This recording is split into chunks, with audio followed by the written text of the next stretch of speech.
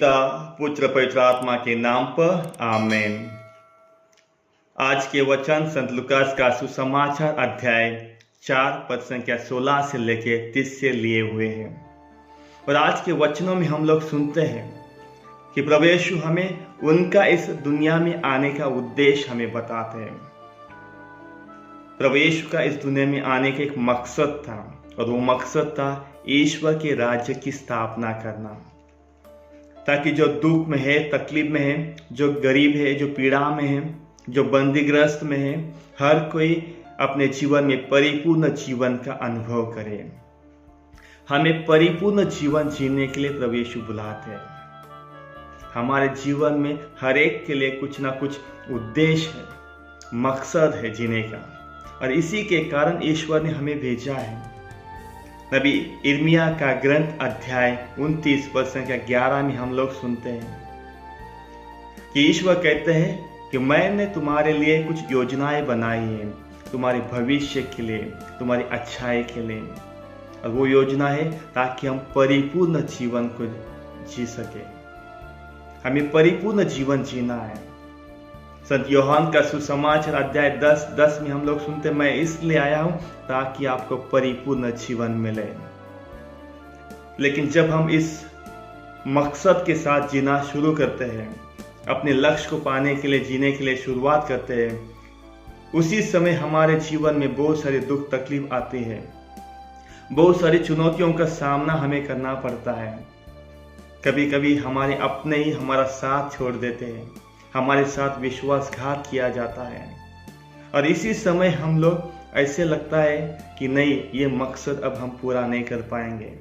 हम लोग अलग अलग सोचने लगते हैं। कोई आत्महत्या के विचार सोचने लगता है, कोई डिप्रेशन में चला जाता है, कोई अपने जीवन में बीमारी को बुलावा देता है, कोई अकेला रहना शुरू कर देता है, और इसी के कारण हम अपने जीवन में परिपूर्ण जीवन नहीं जी पाते और अपने लक्ष्य को पूरा नहीं कर पाते।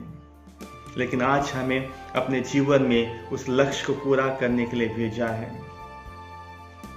संत मत्ती का सुसमाचार अध्याय 26 पद संख्या 39 में हम लोग सुनते हैं, प्रभु यीशु कहते हैं कि मेरी इच्छा नहीं बल्कि आपकी इच्छा पूरी हो।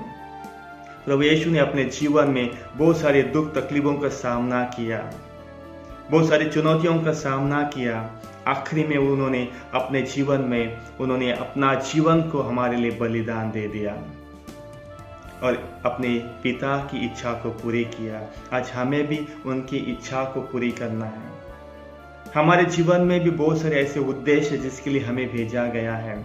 जिस तरह आज के सुसमाचार में हम लोग सुनते कि नबी एलियास को वहां पे भेजा था जहाँ पे बहुत सारी विधवा थी, लेकिन उनमें से एक विशेष विधवा के पास उसकी मदद करने के लिए उसको भेजा था।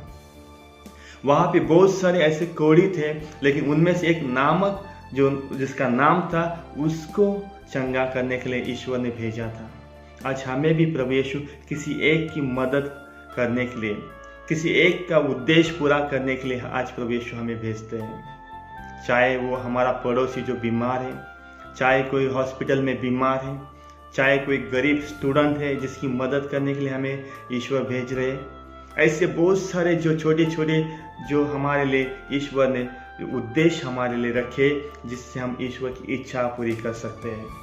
तो चलिए आज हम ईश्वर की आशीष और कृपा मांगते हैं ताकि हम उनकी इच्छाओं को पूरी कर सकें, ताकि जिस मकसद के लिए, जिस उद्देश्य के लिए हमें भेजा है, उस उद्देश्य को हम पूरा कर सकें। और एक दिन संत पौल की तरह हम कह सके कि हमने भी अपनी लड़ाई लड़ चुकी है। हम भी कह सकते हैं कि हमने हमारी दौड़ को पूरा किया है और हम लोगों ने हमारा विश्वास ईमानदारी से रखा है। आज प्रभु यीशु हम सबको अपने जीवन में जो हम लोगों ने हमारे लिए उद्देश्य को रखा है, मकसद को रखा है, उसको पूरा करने के लिए प्रभु यीशु हमें कहते हैं। तो चलिए आज के वचनों के लिए हम ईश्वर को धन्यवाद देते, उनकी स्तुति और महिमा करते हैं।